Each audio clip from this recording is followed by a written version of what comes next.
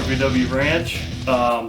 This will be tackling my steering knuckle on my MK4 GTI here. I'll be doing a driver's side tonight. I had the wheel bearing fall apart when I was pushing it out of the garage, when the motor wasn't running and the CV axles weren't hooked up. So I had to get a new knuckle. I took the old knuckle in and tried to get the bearing pressed out, and I ended up breaking the knuckle. I'll show you guys a little bit of footage of that later.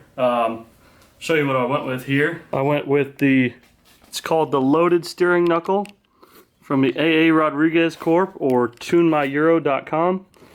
As you can see, it's already got the bearing pressed in. For you 1.8 turbo VR6 guys, my car is a VR6. But I had to use the 2.0 or the TDI knuckle because these things here that hold the brake pads in, they differ on a 1.8T and the VR6. I haven't gotten around to putting the VR6 brakes on it still, so I'm just going to use these. Also tonight, for my install, I got new stretch bolts to pinch the strut in. These are highly recommended. This is just a kit from Euro Tuning, and I don't think it was too expensive. I bought these quite a while ago. But as you can see here, they come with a new nut, new stretch bolt, and your Bentley manual or Google will have your torque specs for these. So when redoing it, make sure you use torque spec so that these bolts stretch properly and they hold properly.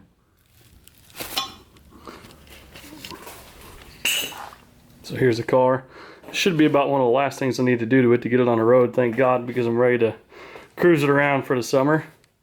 As you can see, I got the old knuckle off and everything's just kind of sitting there.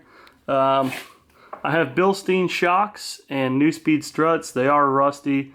I took them off the donor card that I got. It's out there. They are rusty, but they rode good on the way home, so free suspension's free suspension, and this is pretty high quality stuff. So I'm going to reuse them, see how they do.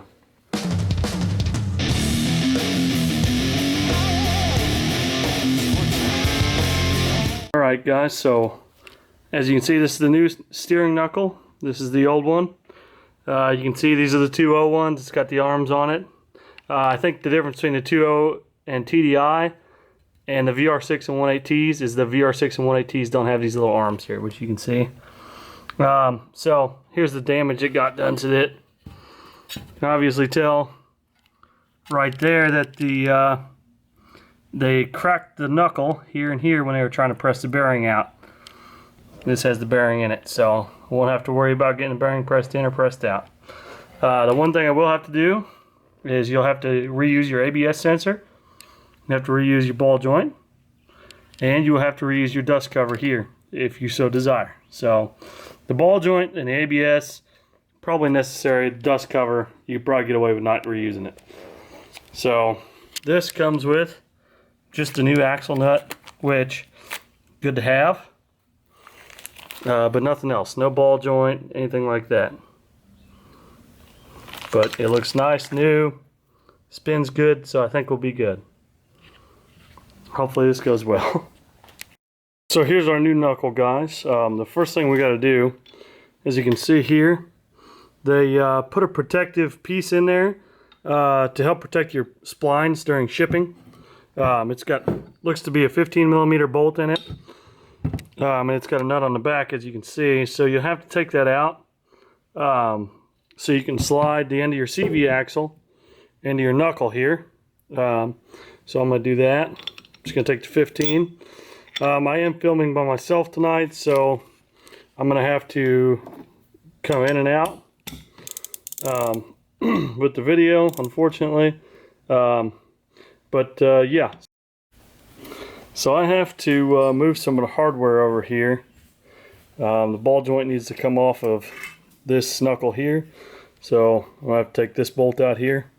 As you can see in the top of this, it's a hex head, so I don't know, I'm sure what size it is, but should be a hex head, probably 5 or 6, I'm guessing 5.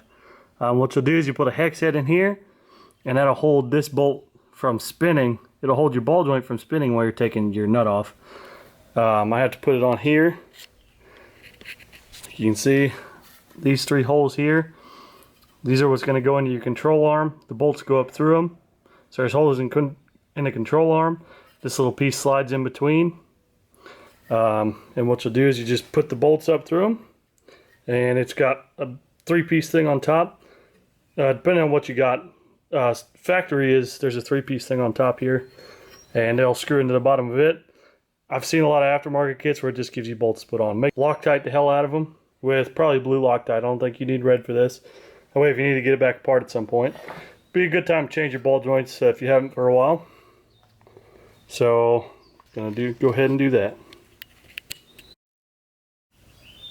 So as you can see here, I got the old ball joint put on the new knuckle. Came out pretty easily. It was a little rusted in there, so it was kind of tough. Next thing we want to get is that ABS sensor, and it's probably just going to be a 5mm hex, or a 5mm hex, and you're just going to want to put it in here. Take this out, and this sensor should slide out, and we'll be able to bolt it right back in. So far, I'm really liking this complete knuckle and wheel bearing kit. They did a really good job on this.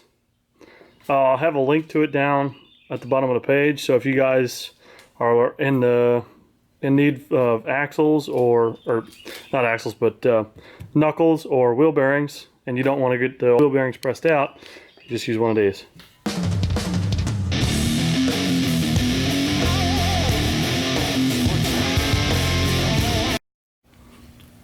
So guys, as you can see, I got my knuckle ready to go.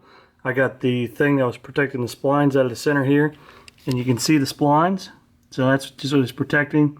Your CV axle, the end of it fits into here, and that's what actually does all the turning of your wheels. So the CV shaft gets power from your transmission back in there. Your CV shaft spins. It spins these splines here, which in turn spin your front wheels. So if you didn't know that, that is how that works. Just a side note, some of the tools you may need to complete this project. I needed a hammer and a piece of wood. I think this is a pretty good set of tools to have for any garage project. Just for anything that needs a little extra coaxing, and if you just take a hammer to it, you're going to dent it up or break something. But if you use the wood, you have less of a chance, and it will protect the finish on things like that. Another thing you might need is a pickle fork. Now all this does is you put it over your tie rod end, like so, and when it's in the knuckle, and then you can take a hammer and right here on the back, give it a couple good whacks, and what it will do is push up on your tie rod end, and it'll pop it out of your knuckle for you. Those are usually stuck in there pretty good. Another thing you might need, some white grease in a tube. I like to use it for lubing up the bottom of your strut, and also lubing the spot up on your strut, or on your knuckle where the strut goes in. That's about it for this, aside from the stretch bolts I told you guys about earlier. So I'm going to start putting it on, and I'll update you guys as I go along. Alrighty guys, so I got a cameraman. I'll be able to show you this a little better. Right here is your strut, and as you can see, your knuckle strut fits in here. It's going to be really hard to do that, but this is your first step. So what I like to do, like I said, some super white lithium grease. What I'll do, get a dab on your fingers. Go ahead and grease the bottom of the strut up. You got some on your hand still. Grease the inside of your knuckle here where your strut goes. If you need some more, go ahead. You can never have too much of this stuff. Grease it up good.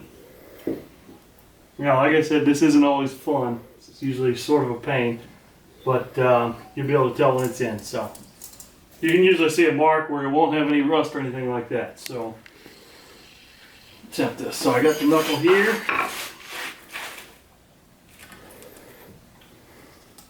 Slide that.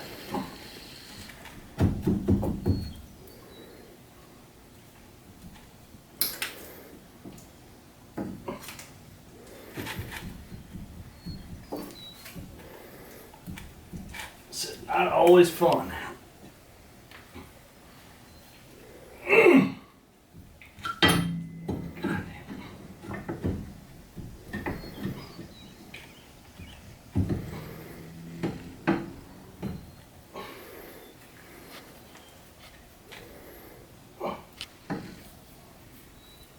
So as you guys can see, I got that slipped up on the strut. So the knuckle is on there. There's a little tab on the back of the strut. And this bolt here goes through that tab on the back of your strut. It should line up with the one on your knuckle. And I showed you my new bolts. So I have that new bolt in. I'm not going to torque it down just yet. I'm going to get everything hooked up before I start torquing things down. So I got that. Next thing we're going to tackle is we're going to slide the CV axle into the splines on our knuckle here on our bearing. And then the next thing we're going to do is hook the ball joint up here. So here's what I was telling you about. Is that little gap it's got, and it should have your 3 holes up on that. So 1, 2, and 3. And I got all the hardware in this bucket here. So that'll be next. Try to get some good footage for you guys. These splines should just line up right in the middle of here. If they don't, then all you have to do is wiggle the axle around a little bit, or wiggle this, turn it, and the spline should eventually line up and you'll be able to slide it right in. So I get on that, and then we're going to hook the tie rod up here. It goes here, and you put your bolt back on the bottom. Now a tie rod is kind of like the ball joint where we took it off, where it had the, you can tell on the well, you can't see at the bottom of it, but it's got the hex head on the bottom of it. And so what you have to do is put a hex in there, and then put your nut on, put a hex on it, and you can tighten your nut with that hex securely in the bottom of that, and it'll hold that, and it won't allow it to move while you put the bolt on. So I'm going to do that, and I'll get back to you guys in a second. So here we are, guys. Like I said, your ball joint, these bolts should go up through it, and as you can see, you got your little 3-piece connector in there, or 1 piece. It's got 3 holes in it. Should look just like the pattern on the bottom of your control arm. I also have the ball joint hooked back up, and the CV axle is through the splines here. This has a weird torque sequence on it. I'll show you that at the end. And we'll have to put the sway bar back in, just back here, and we'll have to put the brake caliper back on. So keep working through it. I just figured I'd show you guys that may not be familiar with these cars, how this goes back together. It's really nice design because, like I said in some of my previous videos, this whole assembly can just pull out when the ball joint isn't hooked up, so you can put your axle in. Alrighty guys, so I got the ball joint hooked back up, tie rod hooked back up, got the things that need to be plugged in, plugged back in. Next step is going to be to put the brakes back on, which I have hanging over here. This is your caliper here, and I got pads in it already. They're looking pretty good. When you're taking all this apart, you know, you can change parts and pieces you might notice that are bad. If your rotor's bad, you can change it. If your brake pads are getting low, you can go ahead and change them. So it's not a bad thing if you have to do this. You can get a lot of work done to it. One thing I want to note about this. So it goes on just like this.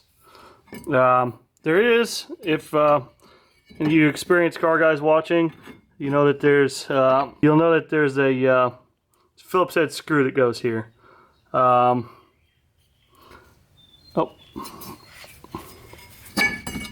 looks like they did send me a new one. Okay, I didn't even realize they sent me a new one. I thought I was screwed out of that. The Big O's didn't give me my Phillips head screwdriver back. Okay, so on here, this Phillips head screw will go right there, and it'll hold your brake rotor to here. And it helps on VWs because, as you know, it has the bolts, the lug bolts instead of the lug studs. So that just keeps it centered on there so it doesn't move around when you're trying to put the wheel on. This will actually move around if you don't have that in. Now, I don't go to town on this. I leave it fairly loose. It will not affect your driving at all. It doesn't hold this on while you're driving. Your wheels do that when they go through here and onto your to your hub here. That's what holds your wheel on and holds what your brake rotor on. This just helps keep it lined up with your holes that your lug bolts go in. So I don't ever get it super tight. Basically what I'll do is hand tighten it. If you get it super tight, sometimes what it'll do is rust in there and then it's a huge pain to get out. I've just started doing this because I've had so much trouble with these. So go ahead and it's heavy with one hand. Go ahead and put this on. Got that lined up there. Okay. So I'm gonna just hold that there at my leg since I'm trying to do this by myself. And I take my Phillips head and put it right there. May get a screwdriver out just to help tighten it in there just a little bit, but I'm not gonna just go to town on that. So. Alright guys, so we're most of the way together. Got the brakes back on, tie rods back on, control arms back bolted on. I got the pinch bolt back here, torqued. It's 45 foot-pounds for the little pinch bolt or stretch bolt I replaced. Next thing we're going to do is right there, we have our tie rod end. See down in there? Sorry, camera's blurring up. But we have our tie rod in there, and you can see that it's not going to match up. So if we move it, it's not going to match up with the hole on the control arm where it goes. So I'm going to show you guys. I like to put a jack under the control arm. What I'll start doing is jacking it up. So jack your control arm up, and that should get you close to where you need to go with the sway bar. So once you get it all the way jacked up where the holes line up, go ahead and tighten that down. Okay guys, the last step here is to tighten your axle nut up all the way. We got some instructions with the sheet. So it's a 12-point, 30 millimeter, and we'll have to torque it down the first time to 147 foot-pounds. And then what we're going to do is we're going to loosen it a half turn. We're going to tighten it up 37 foot-pounds and then do an additional 60 degrees. So I know that's a lot, but I'm going to go ahead and do it right now so everybody can see. So I got 147 foot-pounds set. Okay. It's going to be a lot of torque.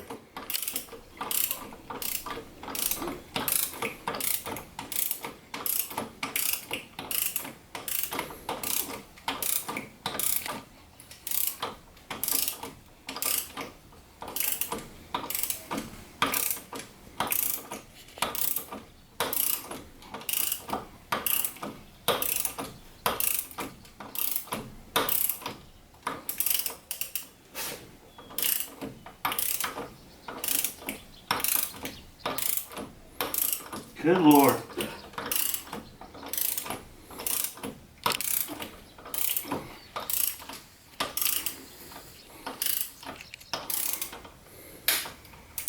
Okay, so I'm going to recheck my foot poundage. I think it might have got off a little bit. My torque wrench having a little trouble locking lately. I bought a Craftsman one a couple years ago, but it's broke, so I need a new one again. So, then, oh. Turn the handbrake on probably would help.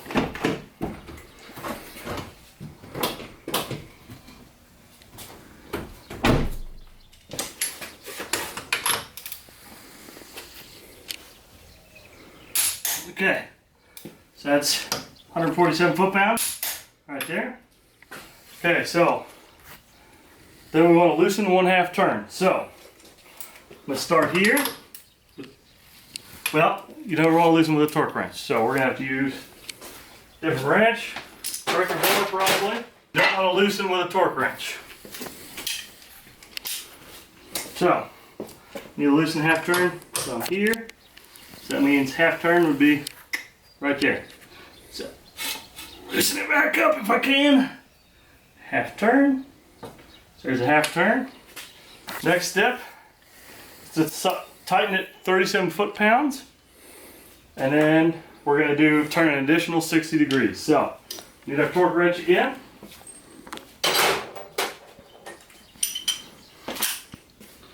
We gotta set it down to 37 foot-pounds.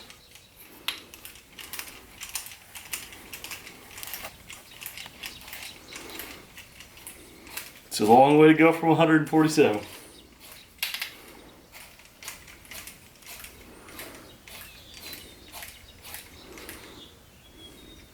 Okay, there's 47, or 37. Okay, 37. Put our 30mm back on.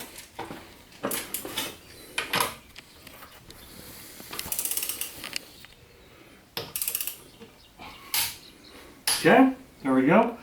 And then we need an extra 60 degrees. So, okay, there we go.